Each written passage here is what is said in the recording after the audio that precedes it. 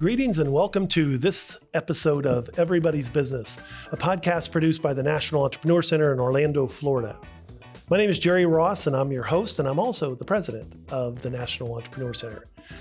Today's broadcast is engineered by Christian Petkoff, produced by Kevin Ross, and we have our in-studio sidekick, Rachel Madsen. Say hello, Rachel. Hi, everyone. So how are you doing today? Doing great. It's not Tuesday, so I'm good. It's not Tuesday. Yes, it's not Tuesday. So you don't mind Mondays? Nope, Mondays are fine. You get to buy everything. You buy something on the weekend, you get to use it on Monday, so it's not too bad. But Tuesday, it's still the beginning of the week, so. And you also have rough. the weekend to shop, right? Oh, yeah. Who was it? An old-time cartoon, probably way before your time, was Wimpy, that would say, "I will gladly repay you on Tuesday for a hamburger today." And so on Tuesday is when you got to pay up. Yep, I feel it every Tuesday. You're paying up. Yep, I'm getting a following, though. People are seeing that Tuesdays are bad. It's not just today's, I've got a case of the Mondays. Now you've got a case of the Tuesdays. I've transformed it. Well, then you're to hump day. Yep. Hump day. Yeah. That's right. Well, enough of that. We're going to get to today's business topic of today, and that is referrals. Referrals are a way for you to ask someone to refer you to other potential clients that you might be able to sell to. And what that does is it shrinks the time and the scope of your sales cycle. Because many times you start with people who might be interested in your product, and then you move to people that are qualified and interested to buy.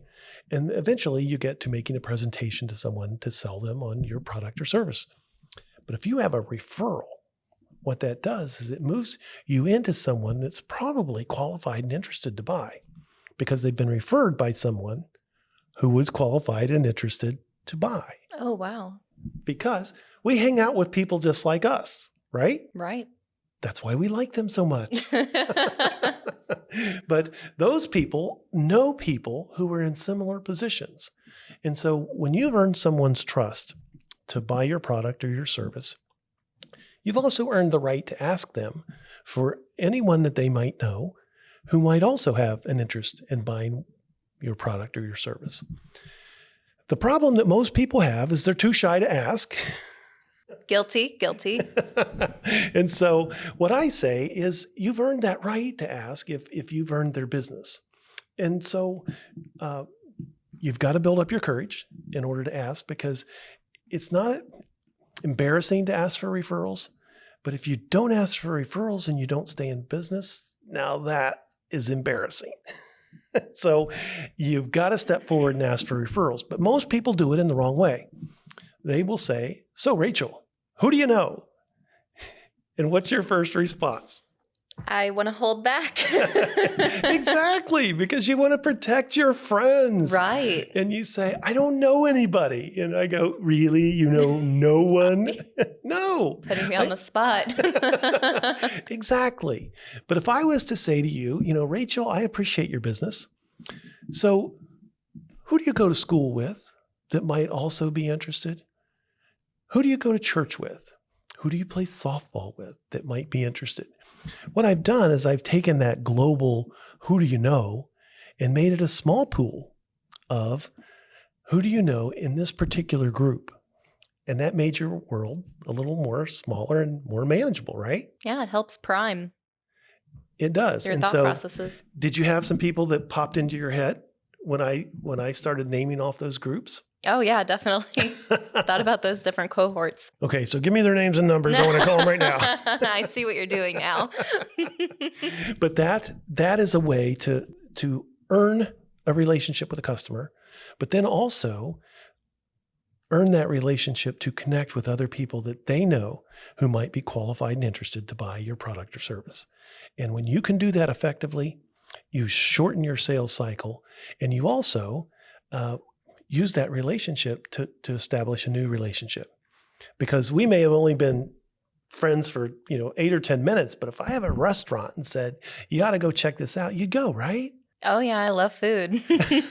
And so when I give a referral, it's a way for for people that I know and respect and that I've bought from to share that confidence and that relationship with someone else.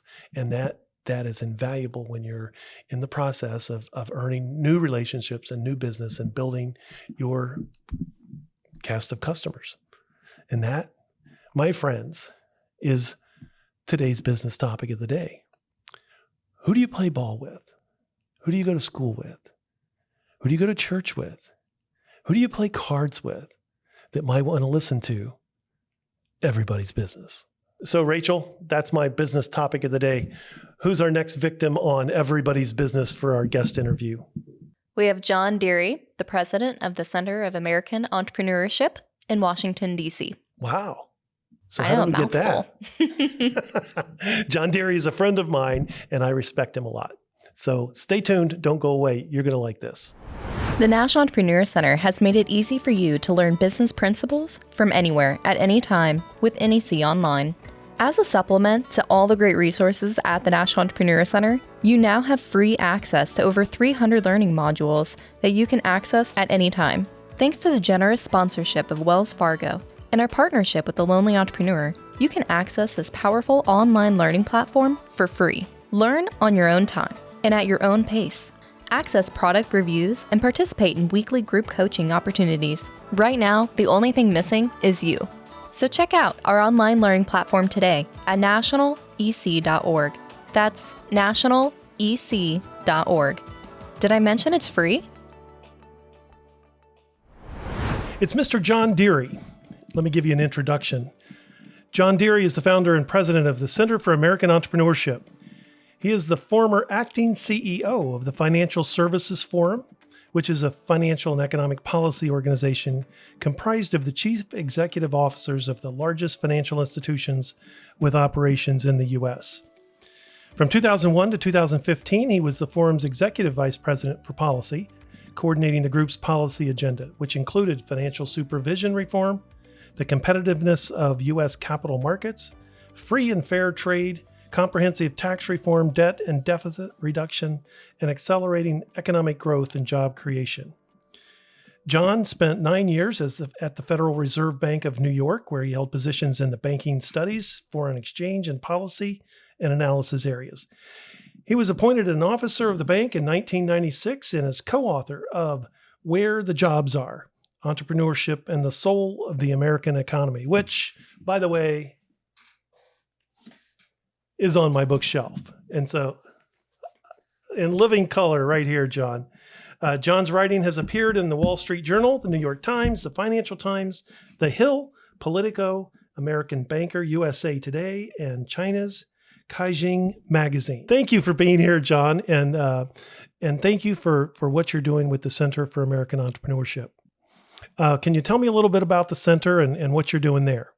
Sure. And thank you again. And by the way, I should mention that for the book that Jerry mentioned, Where the Jobs Are, it was in that context that I first met you, Jerry. As you'll recall, the book was based on a number of roundtables that I and another colleague conducted around the country with entrepreneurs to try to identify the barriers and challenges that they face and deal with.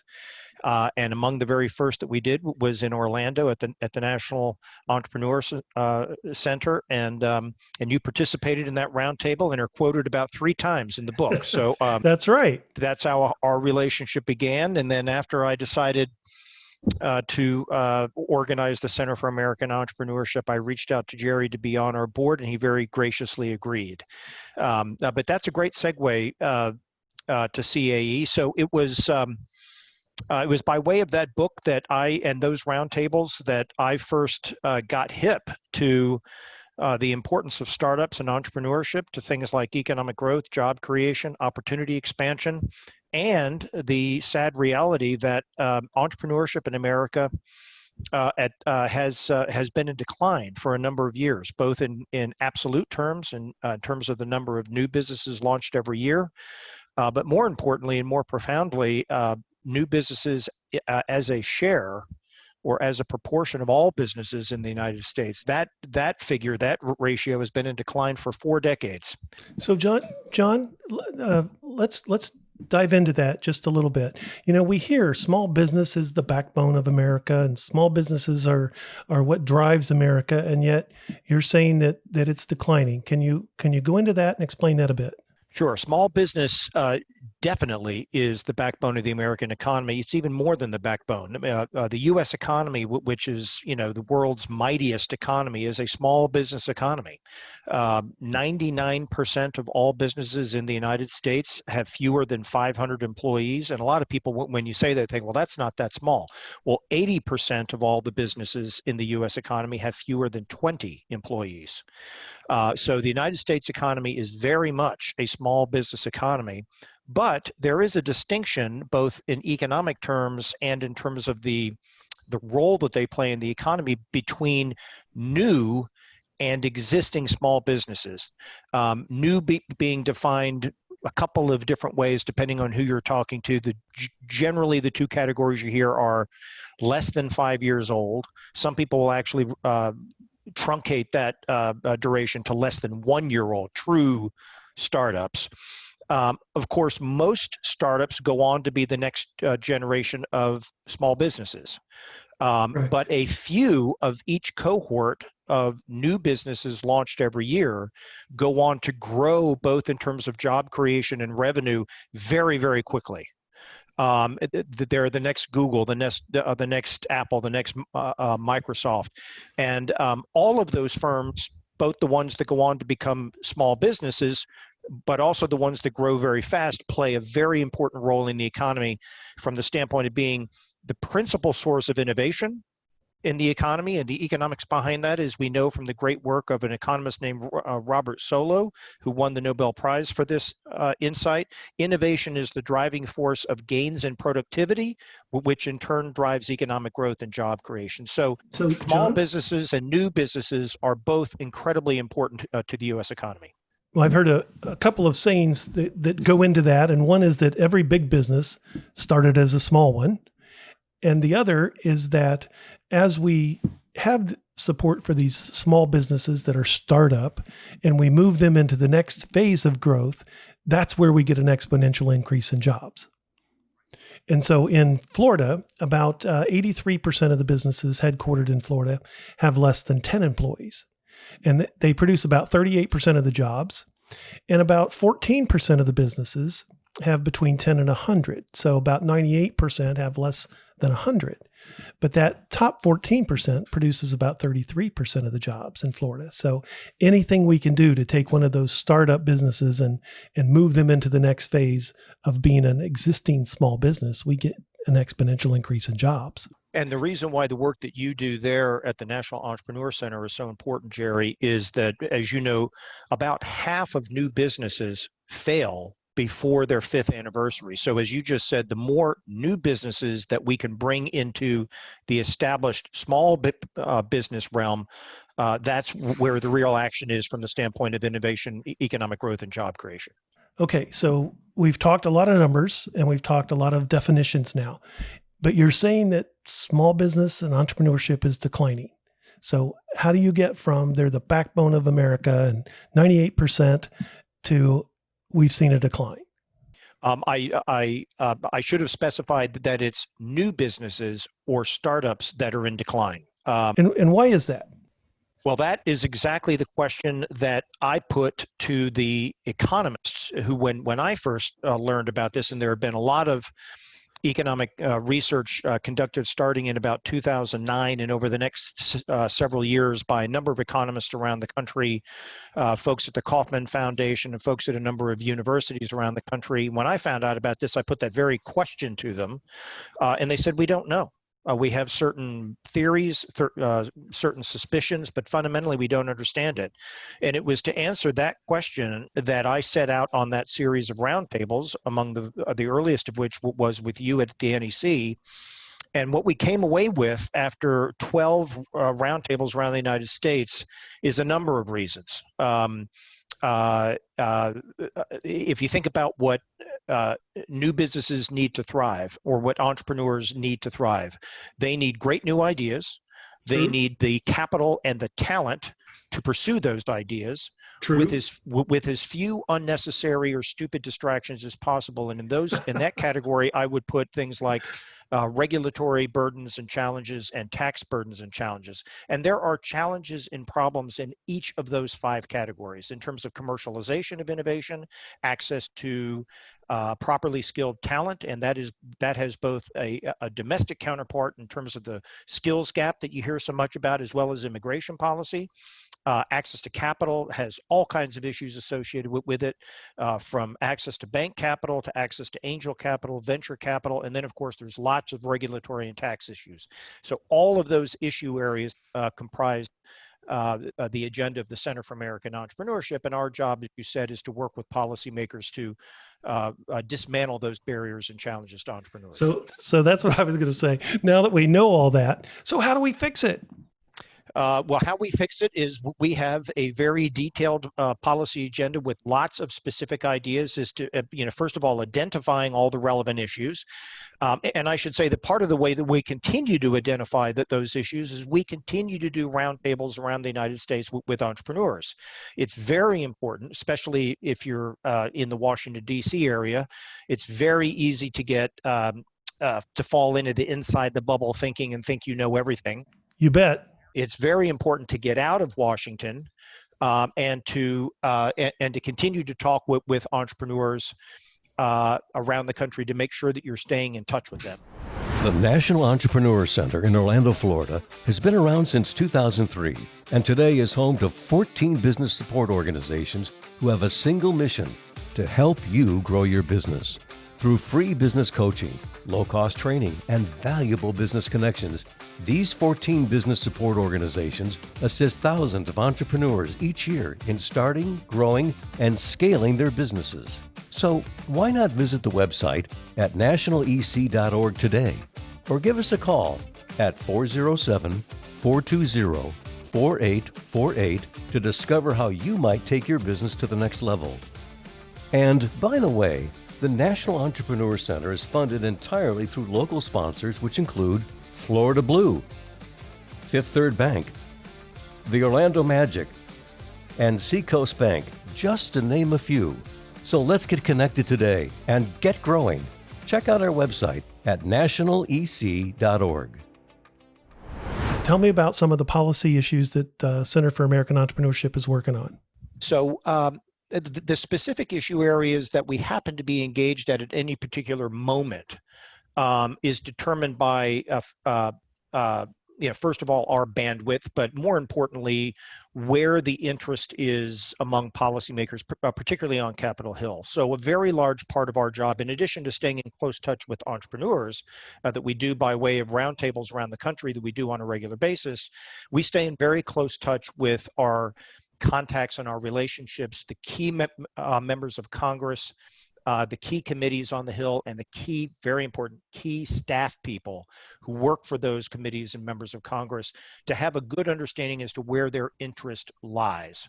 And we tend to gauge or focus our activities to meet their interests and try to move our agenda forward when opportunity presents itself.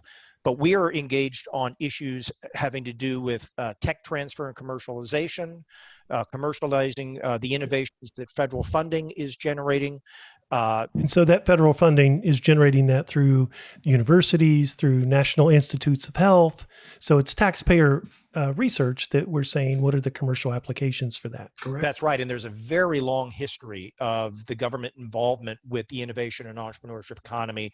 Many, many, many technologies that we now regard as,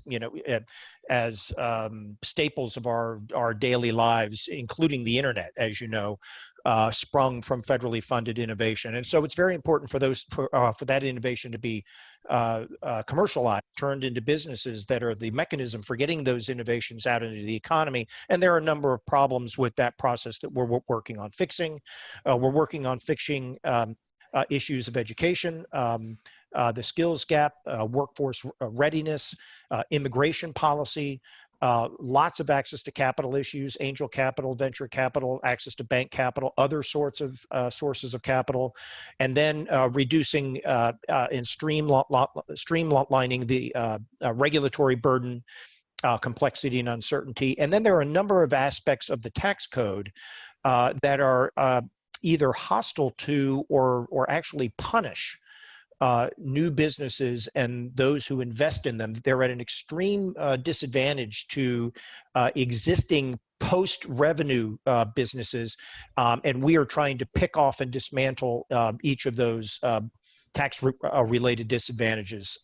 In fact, we have been working in recent weeks on a tax-related bill with the National Venture Capital Association, the Angel Capital Association, BIO, a number of innovation organizations here in Washington to try to get badly needed capital to startups struggling in the COVID crisis by enabling them to monetize the tax assets on their balance sheets. And this is referring principally to things like net operating losses and R&D tax credits that if you're a pre-revenue startup, you don't have access to.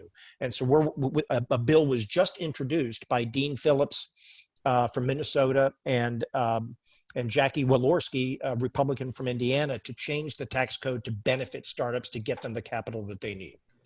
And so lots of people have heard about the CARES Act and the Paycheck Protection Program. Is this CAE's approach to dealing with some of the COVID crisis and response to that on the policy level? PPP is certainly a very important part of the policy response, particularly for existing small businesses, which are getting hammered, of course, as we all know. The PPP program was not perfect. Anytime that you formulate, debate, and enact a large piece of legislation very quickly, as we did with the CARES Act, there inevitably are going to be mistakes made and problems made. And we have been very active since the passage of CARES and PPP to try to troubleshoot a number of those problems that businesses were having with accessing those funds. Two immediate problems just right off the top of your head. If you look at the basic design of PPP, it was a program that was administered by the SBA. Anybody who's had any dealings with the SBA knows that the SBA's capacities are limited. And then, of course, all of the loans were extended by way of the banking system. They didn't come directly from the government. And the banking system, I think, did a very, very good job at getting capital out as quickly as they could, but inevitably there were bottlenecks and accusations of favoritism and other definitional and procedural problems with PPP. And we've been very actively involved with other organizations, working with Senator Rubio's staff. As you may know, the senator from Florida is the chairman of the Senate Small Business and Entrepreneurship Committee, which had the principal authority for PPP. And so it was Senator Rubio's staff who was so key in standing up PPP and then dealing with all these problems. But there have been a number of reasons why PPP was really not a great fit for startups, for new businesses. And so we have been pursuing, even as we've tried to troubleshoot PPP, we've also been pursuing alternatives to PPP, like, for example, that tax idea I was just telling you about, to monetize the tax assets on startups' balance sheets to get them capital in a different way. There's also a bill that we worked for a long time with Senator Amy Klobuchar of Minnesota, who happens to be the Democratic co-chair of the Senate Entrepreneurship Caucus, which CAE helped establish last year, that would encourage greater venture capital investment in new businesses, particularly outside of the three major venture capital centers of Silicon Valley, Boston, and New York City. Those three cities account for 75 to 80% of venture capital in this country. We needed a program to diversify the availability of that critical source of capital, particularly after COVID.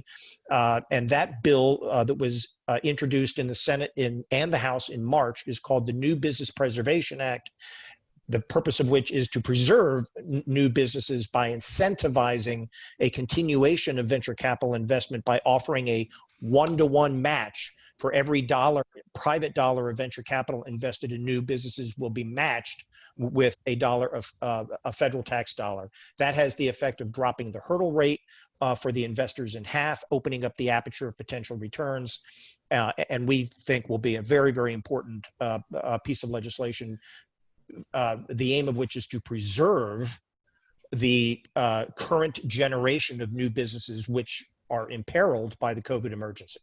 And so that's a piece of legislation that's alive and working its way through the House and the Senate. That's correct. Okay. Well, as a board member of CAE, I've been impressed with the folks that you've engaged to visit and talk about policy on the Hill, and SEC commissioners who have come to talk about how we get more venture capital into the markets. But I think one of your crowning achievements was helping to set up that entrepreneurship caucus in the House and the Senate.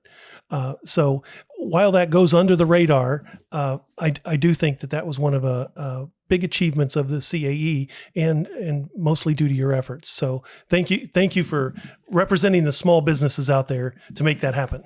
Of course. So let me take you down a whole list of questions that we have. I don't want to let you go until we really tap into the things that you're doing. So how can people connect with you and CAE? Can they support you? Can they support those legislators that are working for good policy and entrepreneurship? So how do they learn more about what you're doing in Washington for small businesses? The best way to learn more about CAE would be to go to our website. There's all kinds of information about our leadership, including Jerry Ross, our board and our advisory council. We're incredibly fortunate to have a remarkable array of entrepreneurial talent and expertise on our board and advisory council. Our policy agenda is there.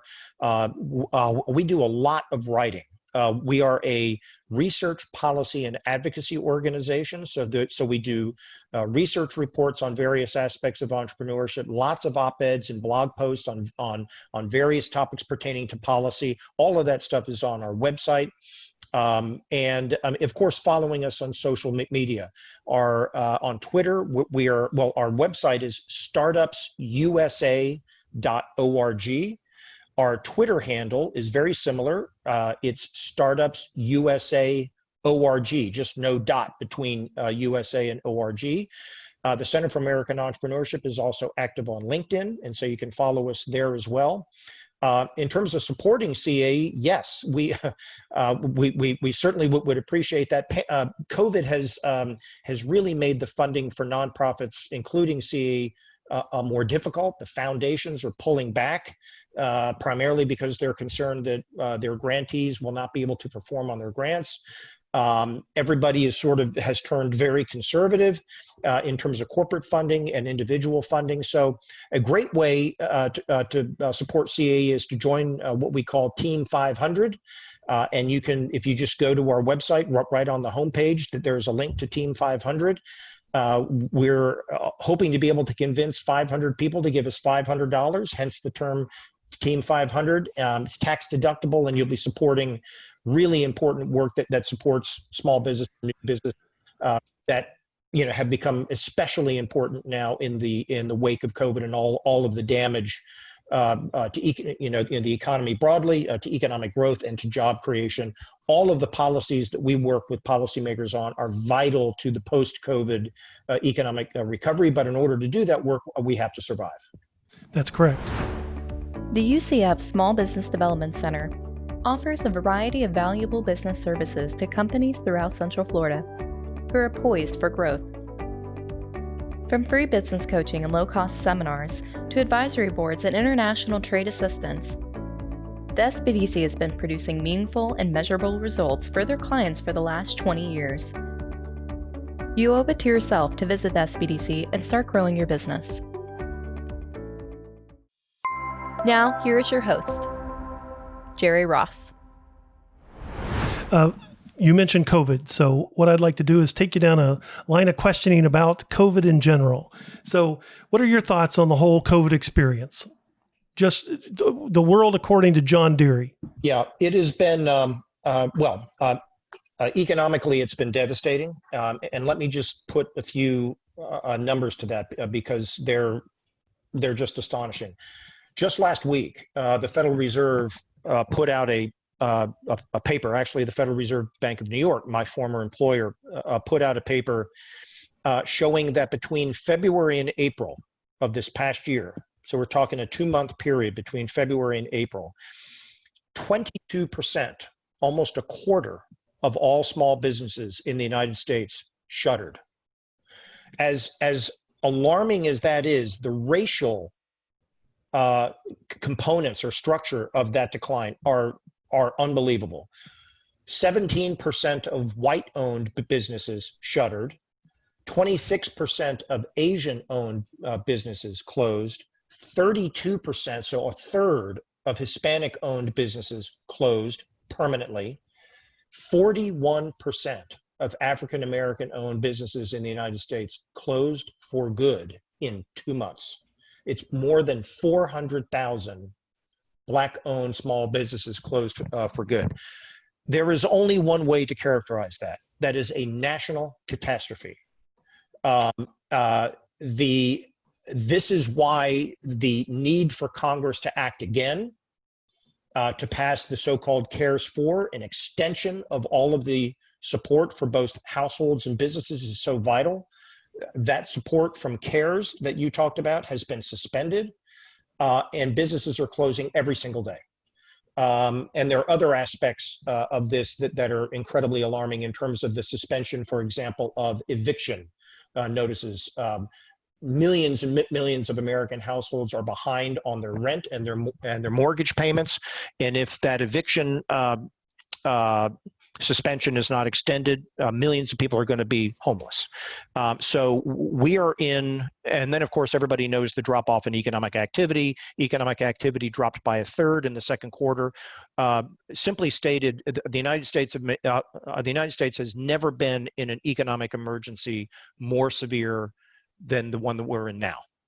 And it is going to take a concerted effort on the part of the business community, Congress, and states and cities and localities to all work together to get us out of this. And at the moment, all those pieces are not effectively working together. And so we really need to bear down and do the hard work that is necessary to move the country forward. And so if you were president today, what would you do to make that happen?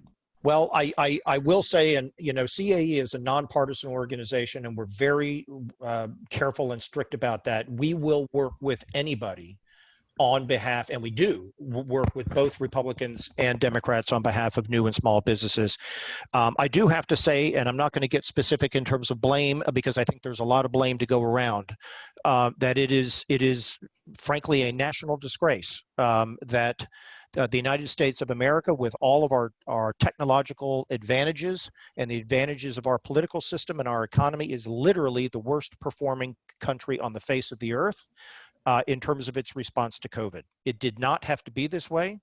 If you look around the world where other countries who were very hard hit, where they're at in terms of their economies and societies opening up, it didn't have to be this way. It was this way because, frankly, we lacked a national plan. This is a national emergency, and we needed a national plan.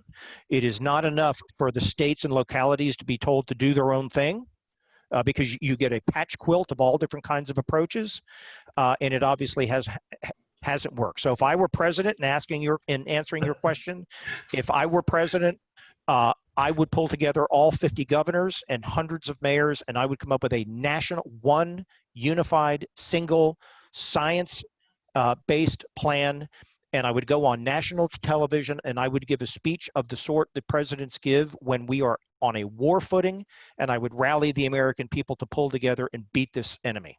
That's where we're at, and that's what we need. And with the division in the country that you see today, do you think that's possible? I mean, yes, I do think it's possible. I think, it's very interesting. The American people, I mean, this is my opinion. Yeah, you're president. The American people are, by nature, we're not great instinctively at national or collective efforts. We're very independent. We're very independent. That's exactly right. We're very independent. Our national identity is self-sufficiency and get up and go and chart your own way. And that has served us very well. That's the basis of this country's entrepreneurial history. That's right. That's right. In order to do great things, like defeat the Nazis, like defeat communism, like split the atom, like put a man on the moon, these types of tremendous achievements that the American people are absolutely, obviously capable of. It's the story of our history, requires great leadership by our national leaders to awaken the American community spirit, to call us away from that entrepreneurial individuality, to focus and to be committed to a collective goal, a national goal and objective.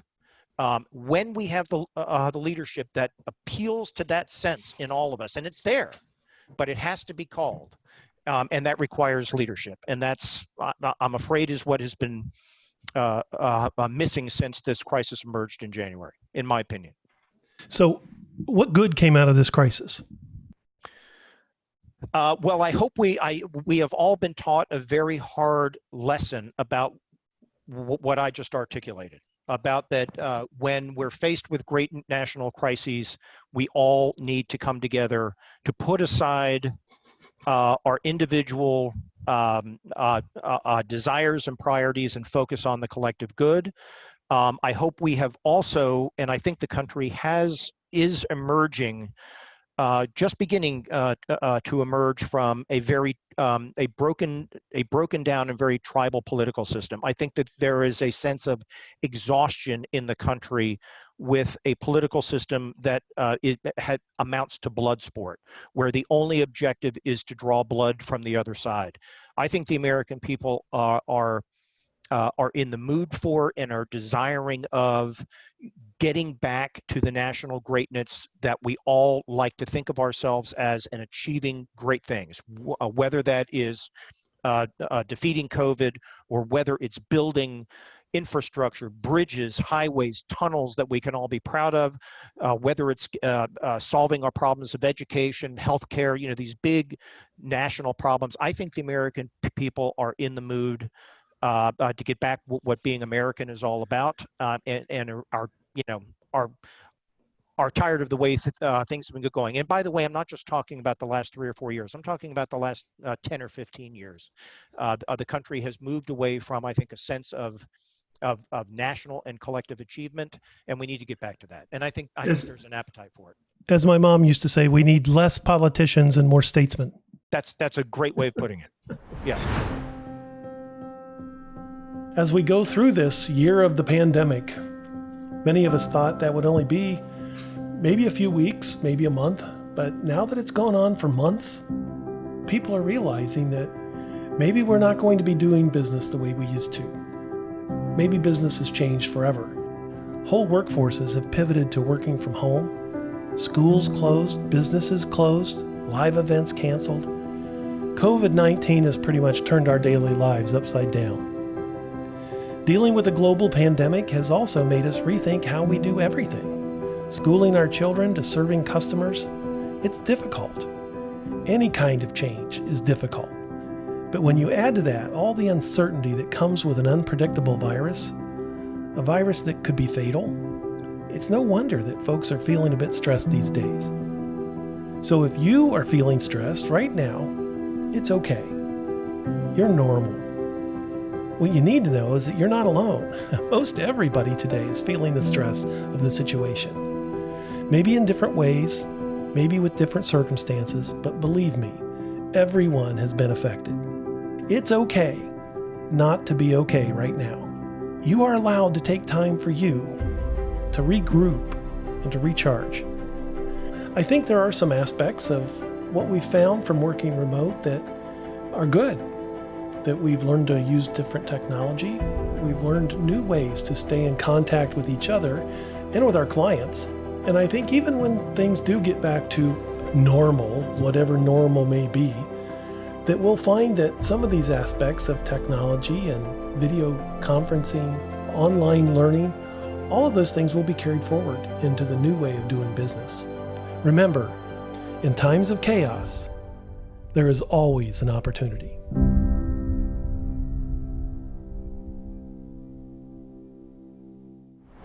Let's change track here and talk about your life journey. Where'd you grow up? I grew up in Stone Mountain, Georgia, which is about 20 miles east of Atlanta, Georgia. Sure. And what did you want to be when you grew up? I really don't know. I never really had a good sense of what I wanted to do. I can tell you, I never thought I'm going to go into public policy. I'm going to go work for the Federal Reserve Bank of New York, right. and then start an entrepreneurship organization. So, Like a throwback to Alex Keaton. yeah, sort of, yeah. I want to go into public policy when I grow up. So did you have any hobbies, interests, activities that you were involved in? I was an athlete in high school, primarily because growing up in Georgia, if you were an able-bodied male with any social aspirations at all, you had to play football. It was just this culture and the religion in Georgia. So I played football, played soccer, I ran track. I was a good student, primarily because my father demanded it. He wouldn't let me play football, soccer, or run track unless I came home with good grades. And he more than once pulled me off of those teams when I came home with a B. And so from there, I was based on my good performance academically. I was fortunate enough to go to the University of Notre Dame in South Bend, Indiana. I then started my career in New York City. Where I first of all, I went to graduate school at Columbia, and then I went to the New York Fed. Great. So how did you like New York City? I loved it. If any young person out there who is listening ever has the chance to live in New York City at some point, especially in their youth, I recommend it highly. It is one of the great cities of the world, of course. Many would argue it's perhaps the greatest city in the world. How do you like Washington? Washington is a different animal, isn't it? It's a different animal altogether. But it has of course, all the well-known problems. But it's the system we got. It is a great city in its own right. And the political process, for all of its imperfections and all of its frustrations, does have a majesty about it. I still believe it is, as Winston Churchill said, democracy is the worst form of government ever invented, except for all the rest. And that's a great way of putting it. It's imperfect, it's flawed. It reflects all of the imperfections and flaws of human beings who put it together, and yet, in so many ways, it is resplendent with the insights and wisdom of the founders, and the day-to-day application of that great framework is majestic in many ways. And so, it's a real privilege and honor to work on behalf of entrepreneurs within that system, and I enjoy it very much. Well, and you do it very well. So I'm going to school on you. I'm learning how you have been able to work within the system to make changes. Because if you're not at the table, you're not in the conversation. And as they say, if you're not at the table, you're on the menu. And that's something, I'd like to point this out to your listeners, if I could. As Steve Case pointed out in his great book of a couple of years ago, The Third Wave, he broke the entrepreneurship age, the modern entrepreneurship age, into three waves or three stages. The first of which was the very beginnings of the internet. There it is. The second stage was the building of businesses on that platform of the internet, and the third wave is going to be the real collision, if you will, as entrepreneurship and innovation accelerates faster and faster and faster. The real collision of innovation with previously existing, pardon my phone, previously existing, sort of business and political incumbents. And one of the points he makes in the book is that in the first two waves of internet entrepreneurship, entrepreneurs could afford, they could get away with ignoring government and public policy. Their view of politicians and policy makers was, all they do is cause me trouble. I just want them to stay out of my hair and out of my way. In the third wave of internet entrepreneurship, both entrepreneurs and policymakers are going to have to deal with each other, are going to have to understand, and it's a completely different mindset, as you know. The innovation and entrepreneurship world is very, break down barriers, fast speed innovation, whereas policy and politics is deliberative by design. That is part of the reason why we started CAE, is to play the intermediary, to serve as the liaison, if you will, between entrepreneurs and policymakers. That's why it's so important, as you pointed out, that we established the first ever House and Senate entrepreneurship caucuses, which are informal but very important part of the policy making machinery on the Hill. So I would encourage your listeners to get active and to get, to start paying attention to and get active in public policy. A great way of doing that is paying attention to CAE and supporting CAE. But there are other ways, communicating with your congressmen and your senators, following them and their activities on their websites as they engage in policies that have implications for your business, your startup, and your employees and your future.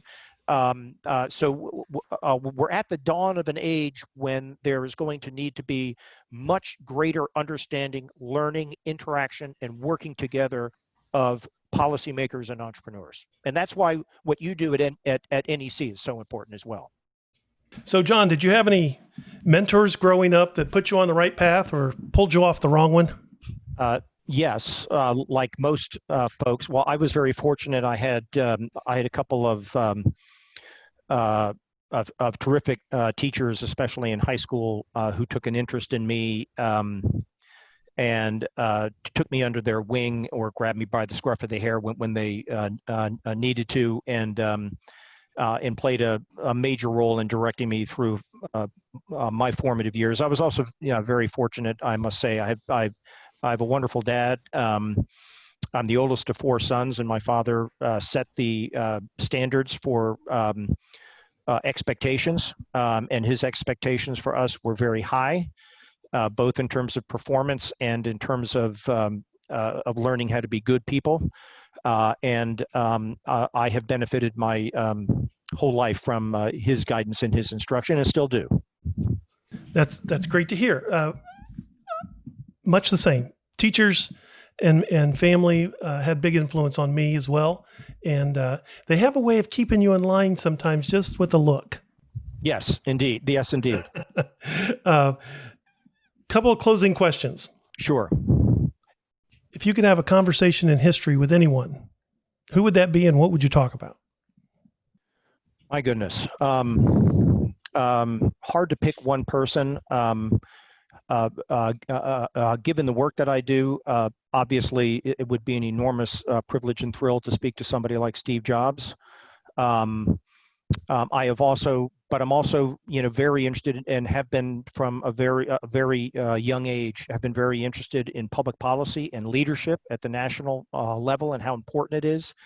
I would love to talk to, I'd love to have a conversation with Abraham Lincoln. I'd love to have a conversation with John Kennedy.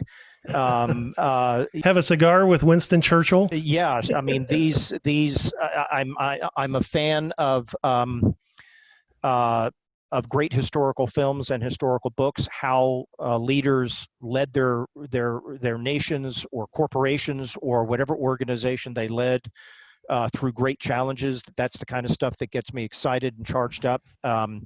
So, folks of that sort, I would love to have dinner or lunch with. Sure. So what keeps you up at night? What worries you? The main thing that keeps me up at night is funding of CAE. I feel your pain. I think anyone involved in the nonprofit business, that anxiety just goes with the territory. No, I'm very concerned.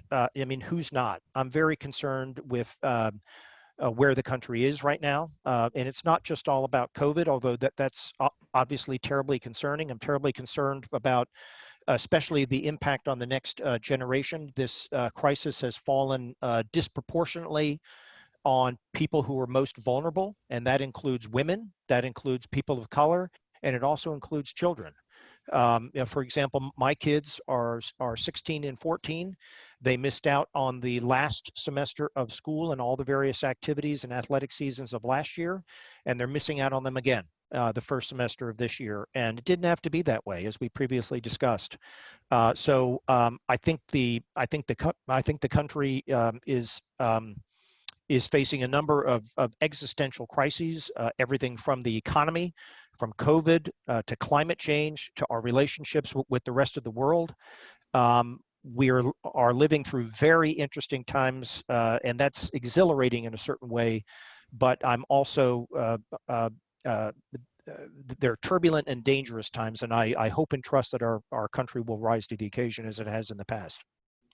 Well, let me wrap up with some very serious choices for you. What is your favorite dessert? Chocolate pudding pie. Your favorite TV show? Oh gosh. Well, I would have to say, because I've been forced to watch literally hundreds of episodes by my kids in recent years, I'd have to say The Office. My kids love The Office. Favorite movie? My favorite movie, My Fair Lady, with Rex Harrison and Audrey Hepburn. Coffee or tea? Coffee. Beach or mountains? Mountains. Movie or book?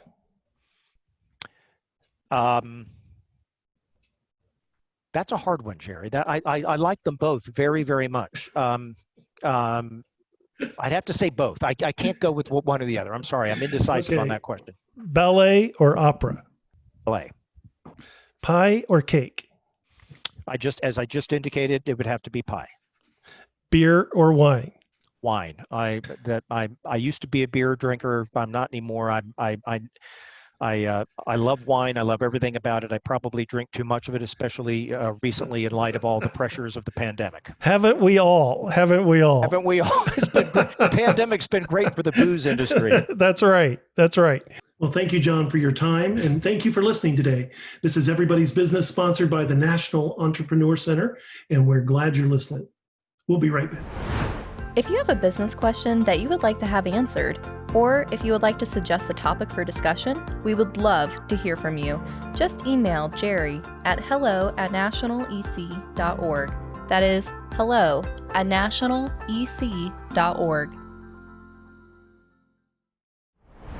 And we're back. Podcast Everybody's Business. I'm your host, Jerry Ross. I have with me the lovely and talented Rachel Matson.